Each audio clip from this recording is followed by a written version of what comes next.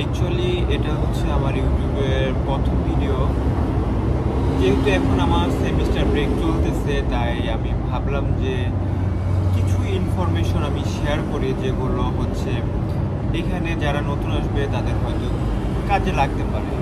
Sorry for the noise, কারণ একটা জিনিস দেখবেন আপনারা আসলে মালয়েশিয়াতে প্রচুর পরিমাণে নয়েজ, লাইক বাইরে যত গাড়ি চলে হচ্ছে, গাড়ি চলাফেরা করে, এর খুবই খুবই আওয়াজ হয়। আমি জানি না কেন, এটা আমি বাংলাদেশে অতটা খেয়াল করি না। বাংলাদেশ যেহেতু অনেক নয়েজি কান্ট্রি, তারপরও এখানে আসলে আপনার একটু উইয়ার্ড লাগবে যে এখানে এত পরিমাণ শব্দ কেন বাইরে। রাস্তায় কিন্তু তেমন একটা গাড়ি নেই, কিন্তু যে কয়টা গাড়ি যায় সেক্ষেত্রে অনেক আওয়াজ হয়। হয়তো এখানে অনেক খালি জায়গা, হয়তো সে কারণে, আমি শিওর না। যাই হোক, এ বিষয়ে একটু যেটা বলতে চাচ্ছি যে মালয়েশিয়া থেকে কি ইউরোপে পাথর ব্যবহার করে যাওয়া যায় কিনা। আসলে সেই ক্ষেত্রে আপনাকে আগে আপনার গোল নির্ধারণ করা লাগবে, রাইট? এটা সব ক্ষেত্রে আপনার নিজের একটা নির্দিষ্ট লক্ষ্য যদি সেট থাকে, তাহলে আপনি জানবেন আপনাকে নেক্সট পরবর্তীতে কি করা লাগবে, এটা আপনি অটো জানবেন। কারণ আপনার যদি একটা গোল ফিক্স করা থাকে, আপনি সবসময় ওইটা নিয়ে ভাববেন এবং ওইটা নিয়ে রিসার্চ করবেন। সেক্ষেত্রে আপনি দেখবেন যে এই সম্পর্কিত তথ্য এখন ইন্টারনেটে অ্যাভেলেবল।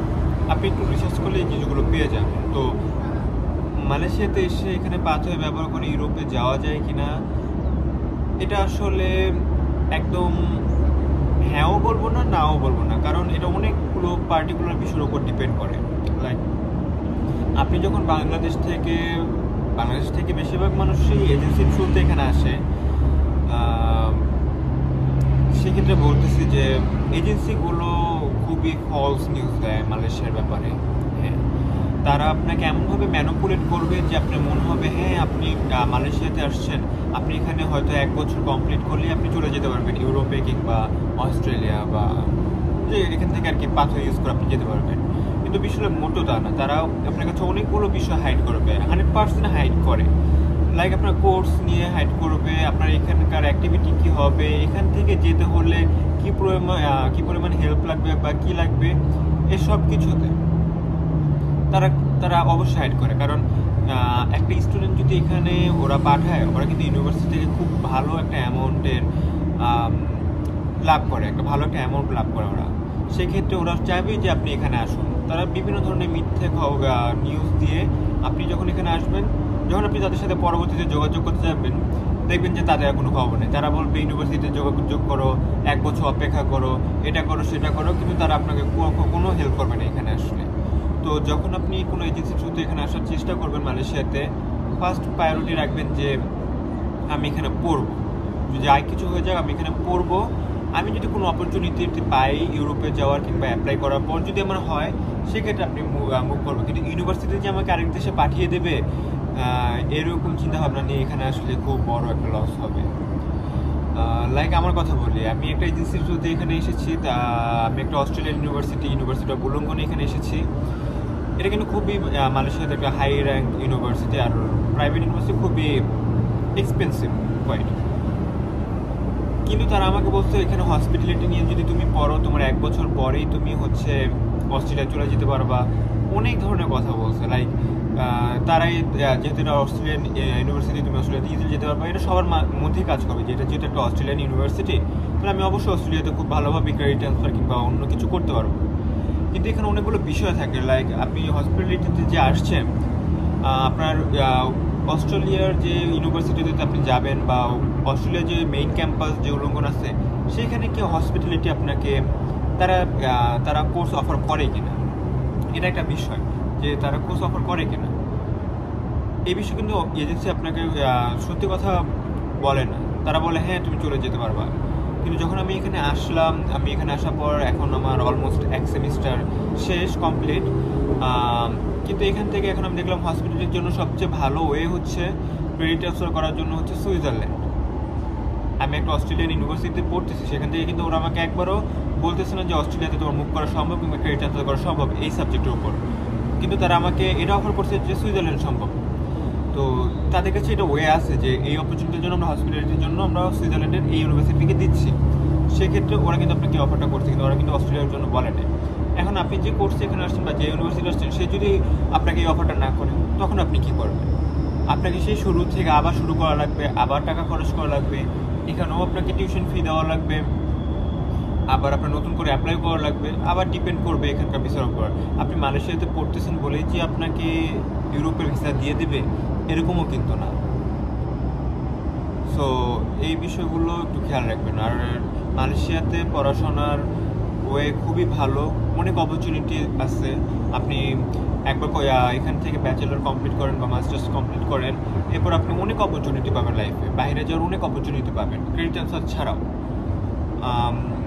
কারণ এখান থেকে আপনার সাবজেক্ট অনুযায়ী অনেক সময় তারা বাইরে ট্যুরের প্ল্যান করে, ইউরোপে ট্যুর প্ল্যান করে, এডুকেশনাল ট্যুর থাকে, অনেক কিছু থাকে। তো আপনি অনেক অপরচুনিটি পাবেন এটাকে কাজে লাগানোর। আপনি যদি আপনার প্রোফাইল ভালো রাখেন, অ্যাক্টিভিটিস ভালো রাখেন, আপনি বাইরে কোনো না কোনো জায়গাতে চান্স পেয়ে যাবেন। কিন্তু আপনি যদি এখানে আসেন যে আমি এই বাজেট নিয়ে এখানে আসলাম, আমি এইটুকুর মধ্যে শুধু 1 বছরই চলবো, এরপর হচ্ছে কি আমি সত্যি সত্যি মুভ করে চলে যেতে পারবো, এরকমটা না, এরকমটা এখানে হয় না। সো এই জিনিসগুলো মাথায় রেখে অ্যাপ্লাই করবেন। আরেকটা কথা হচ্ছে যে টিউশন ফির কথা। এজেন্সি আপনাকে নানান ধরনের কথা বলবে। তারা বলবে তুমি এই টাকাটা পে করে এই সেমিস্টারে যাও, নেক্সট সেমিস্টার থেকে তোমাকে অল্প কাটবে, কিংবা এই চার্জ করবে বা অ্যামাউন্ট আসবে। এরকমটাও মোটে হয় না। এটা আপনার ডিপেন্ড করে আপনি কোন সেমিস্টারে কোন সাবজেক্টটা চুজ করতেছেন। প্রতি সাবজেক্টের কোর্স ফি আলাদা, রিসোর্স ফি আলাদা, এগুলো আলাদা হয়। সেক্ষেত্রে আপনাকে আপনি যে কোর্সগুলো নেবেন সেই উপর ডিপেন্ড করে আপনার প্রতি সেমিস্টারে একটা ফি আসবে। সেটা হতে পারে কোনো সেমিস্টারে 2 লাখ, কোনো সেমিস্টারে 4 লাখ, কিংবা কোনো সেমিস্টারে 1.5 লাখও হতে পারে। এটা হচ্ছে ডিপেন্ড করে। তো আপনি এখানে একটা বাজেট নিয়ে আসবেন, সে বাজেট যদি না মিলে তারপর আপনি বড় একটা বিপদে পড়ে যেতে পারেন এখানে। তো সেক্ষেত্রে এখানে ভালো প্ল্যান করে আসবেন। আর অবশ্যই অবশ্যই বারবার এটাই বলবো যে মালয়েশিয়াতে যেহেতু আসতেছেন, মালয়েশিয়াতে পড়ার উদ্দেশ্যে আসুন। তারপর যদি কোনো অপরচুনিটি পান বা অপরচুনিটি আপনি খুঁজতে থাকবেন, একটা অপরচুনিটি পেয়ে গেলে লাইফে মুভ করে যাবেন। বাট ইজিলি যে এক জায়গায় আপনি এই টাইমের মধ্যে চলে যেতে পারবেন এমন না। এরকম অনেকেই মালয়েশিয়া চুজ করে এখানে আসে, তারপর দেখা যায় এখন বর্তমান সময়ে আমি অনেকে দেখেছি তারা বাংলাদেশ ফেরত যাচ্ছে কোনো উপায় করতে না পেরে।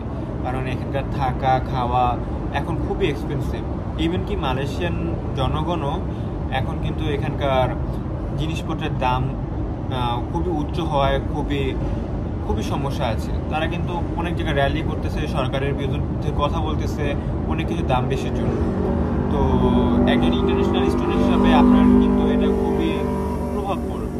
তো আপনি এই বিষয়গুলো মাথায় রাখবেন যে এখানে লাইফস্টাইল খুবই এক্সপেন্সিভ। শেয়ারে থাকলেও আপনি যদি শেয়ারও থাকেন কিংবা ইউনিভার্সিটির কোনো হোস্টেলও থাকেন, সেই ক্ষেত্রেও খুব ভালো একটা অ্যামাউন্ট পড়ে। যদিও আমি এখানে একটা নিজস্ব বাসা নিয়ে থাকতেছি, আমি এখানে এসেছি, এখানে হসপিটালিটি নিয়ে পড়তেছি, আমি জানি এখানে যদি আমি কমপ্লিট করি তো ভালো একটা অপরচুনিটি আমার লাইফে আছে।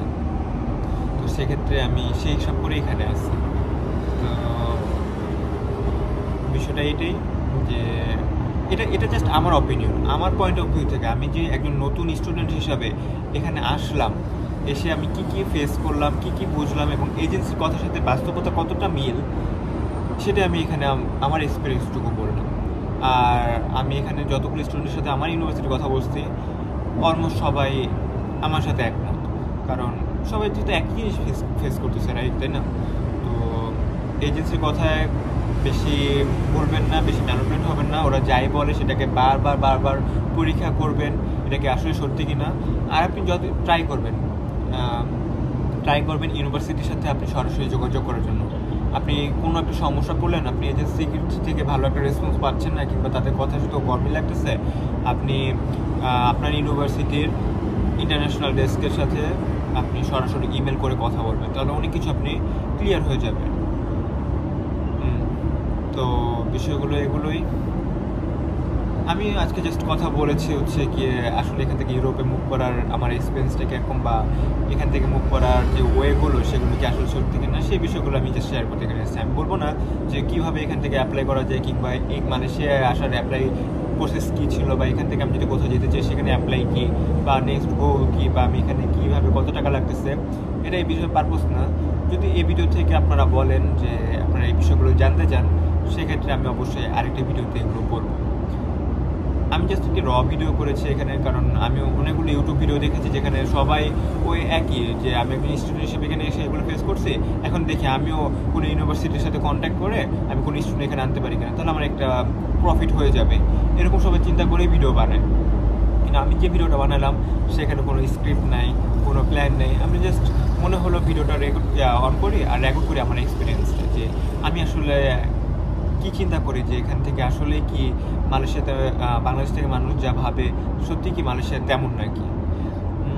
মালয়েশিয়া খুবই ভালো একটি দেশ, খুবই সুন্দর একটি দেশ, গোছানো একটি দেশ, কিন্তু দিন শেষে খুবই এক্সপেন্সিভ একটি দেশ। তো বাইরে